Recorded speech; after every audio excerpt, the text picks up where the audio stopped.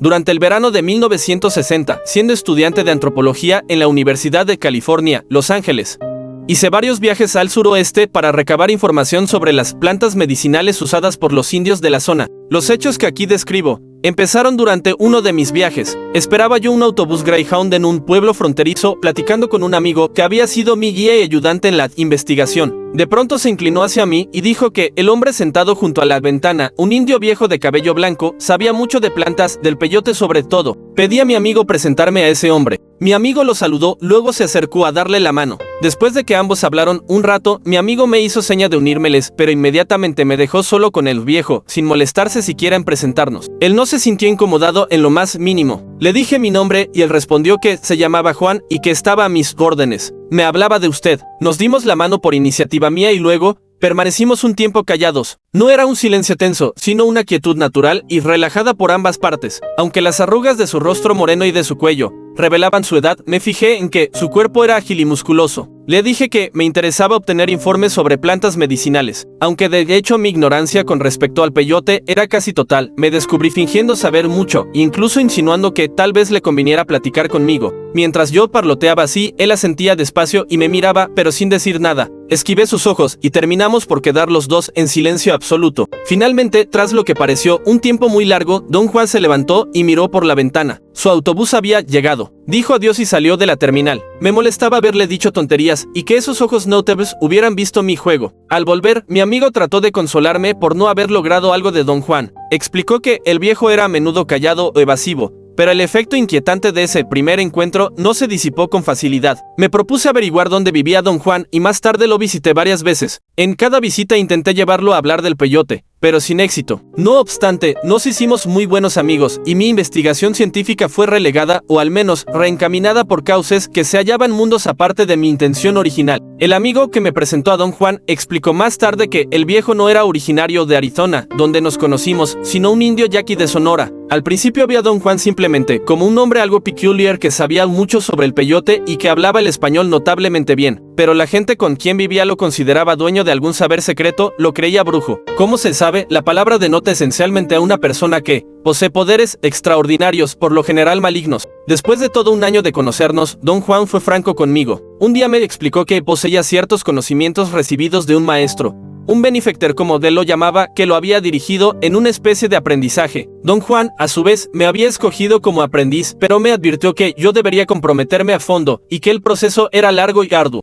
Al describir a su maestro, don Juan usó la palabra diablero. Más tarde supe que ese es un término usado solo por los indios de Sonora. Denota a una persona malvada que practica la magia negra y puede transformarse en animal, en pájaro, perro, coyote o cualquier otra criatura. En una de mis visitas a Sonora tuve una experiencia peculiar que ilustraba el sentir de los indios hacia los diableros. Iba yo conduciendo un auto de noche en compañía de dos amigos indios cuando vi a un animal, al parecer un perro, cruzar la carretera. Uno de mis compañeros dijo que no era un perro, sino un coyote enorme. Disminuí la velocidad y me acerqué a la cuneta para verlo bien. Permaneció unos cuantos segundos más al alcance de los faros y luego corrió a adentrarse en el chepel. Era sin duda un coyote, pero del doble del tamaño ordinario. Hablando excitadamente, mis amigos convinieron en que era un animal muy fuera de lo común, y uno de ellos indicó que podía tratarse de un diablero. Decidí relatar aquella experiencia para interrogar a los indios de aquella zona sobre sus creencias en cuanto a la existencia de los diableros. Hablé con muchas personas contando la anécdota y haciendo preguntas. Las 3 conversaciones siguientes indican sus creencias al respecto.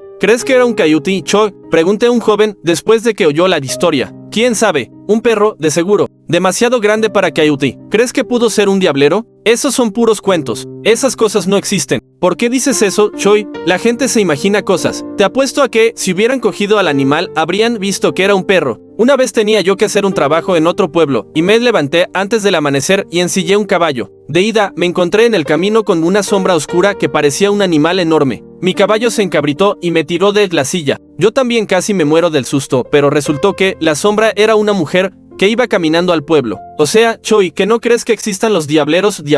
¿Qué es un diablero? Dime qué es un diablero. No sé, Choi. Manuel iba conmigo esa noche y dijo que el coyote podría haber sido un diablero. Tú no puedes decirme que es un diablero.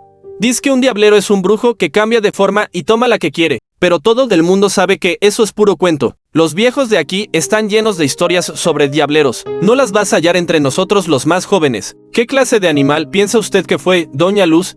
Pregunté a una mujer de edad madura. Eso solo Dios lo sabe, pero creo que no era un coyote. Hay cosas que parecen coyotes, pero no son. ¿Iba corriendo el coyote o estaba comiendo? Estuvo inmóvil casi todo el tiempo, pero creo que cuando lo vi al principio estaba comiendo algo. ¿Está usted seguro de que no llevaba nada en el hocico? A lo mejor sí, pero dígame, ¿tendría eso algo que ver? Sí tendría. Si llevaba algo en el hocico, no era un coyote. ¿Qué era entonces? ¿Era un hombre o una mujer? ¿Cómo se llaman esas personas, doña Luz? No respondió. La interrogué un rato más, pero sin éxito. Finalmente dijo no saber. Le pregunté si aquellas personas se llamaban diableros y respondió que diablero era uno de los nombres que se les daban. ¿Conoce usted algún diablero? Pregunté. Conocí a una mujer, dijo. La mataron. Eso pasó cuando yo era niña. Dice que la mujer se convertía en perra. Y cierta noche una perra entró en la casa de un blanco a robar queso. El blanco la mató con una escopeta y en el mismo instante en que la perra murió en la casa del blanco, la mujer murió en su choza. Sus parientes se juntaron y fueron al blanco a exigirle pago. El blanco les pagó buen dinero por haber matado a la mujer. ¿Cómo pudieron exigirle pago si solo mató un perro? Dijeron que el blanco sabía que no era perro porque había otros hombres con él y todos vieron que el animal se paró en dos patas como gente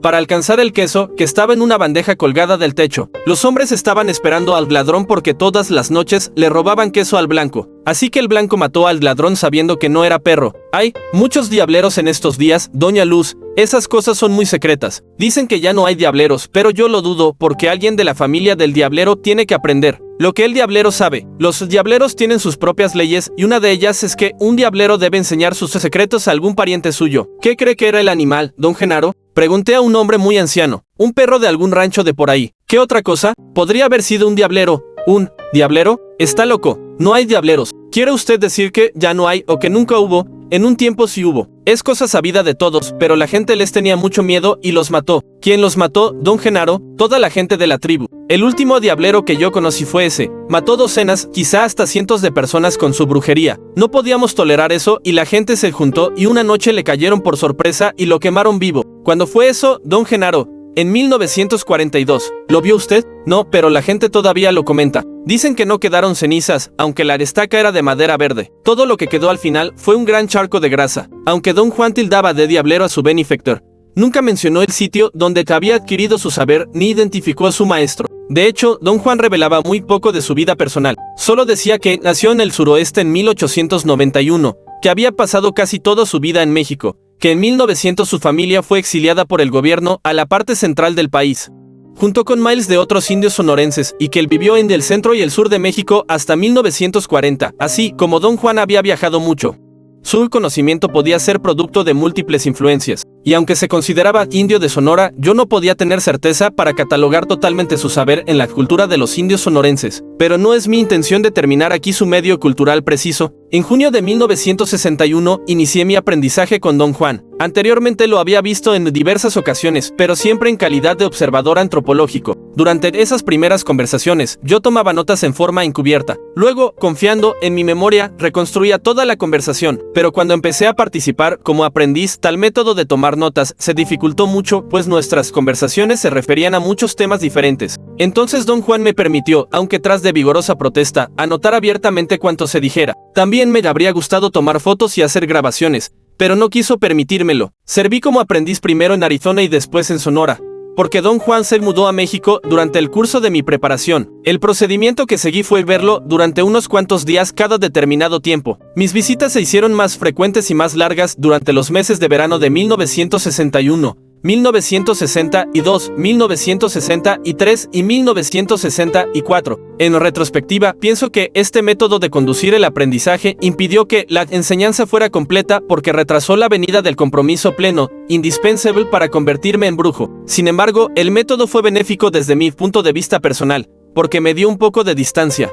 Y eso fomentó a su vez un sentido de examen crítico que habría sido imposible de lograr si yo hubiera participado continuamente, sin interrupción. En septiembre de 1965 interrumpí voluntariamente el de aprendizaje. Varios meses después de mi retirada, medité por primera vez en la idea de ordenar sistemáticamente mis notas de campo. Como los datos que había reunido eran bastante voluminosos e incluían mucha información miscelánea, empecé por tratar de establecer un sistema de clasificación. Dividí los datos en grupos de conceptos y procedimientos interrelacionados y dispuse tales grupos en orden jerárquico de importancia subjetiva, es decir, de acuerdo con el efecto que cada uno había tenido sobre mí. En esa forma llegué a la siguiente clasificación: usos de plantas, alucinógenas, procedimientos y fórmulas empleados en la brujería, adquisición y manipulación de objetos de poder.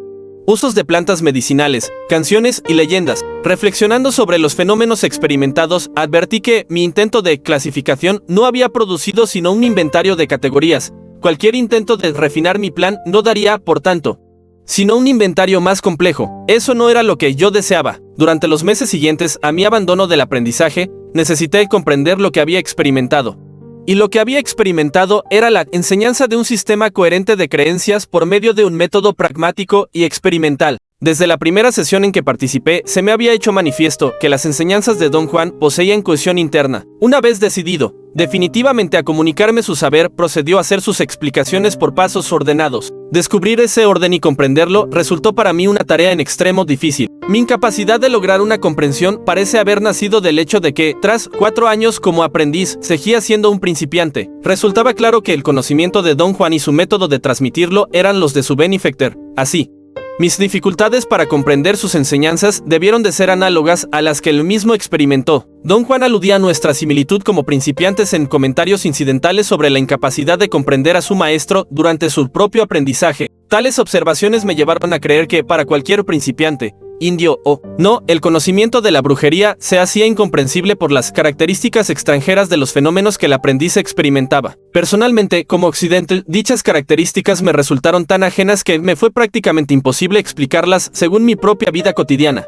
Y me vi forzado a concluir que sería inútil cualquier intento de clasificar mis datos de campo en mis propios términos. Así se hizo obvio que el saber de Don Juan debía ser examinado como él mismo lo comprendía. Solo en esos términos podría manifestarse en forma convincente. Sin embargo, al tratar de reconciliar mis puntos de vista con los de Don Juan, advertí que, cuando trataba de explicarme su saber, usaba siempre conceptos que lo hicieran inteligible. Como esos conceptos eran ajenos a mí, tratar de comprender los conocimientos de Don Juan como él los comprendía me colocaba en otra posición insostenible.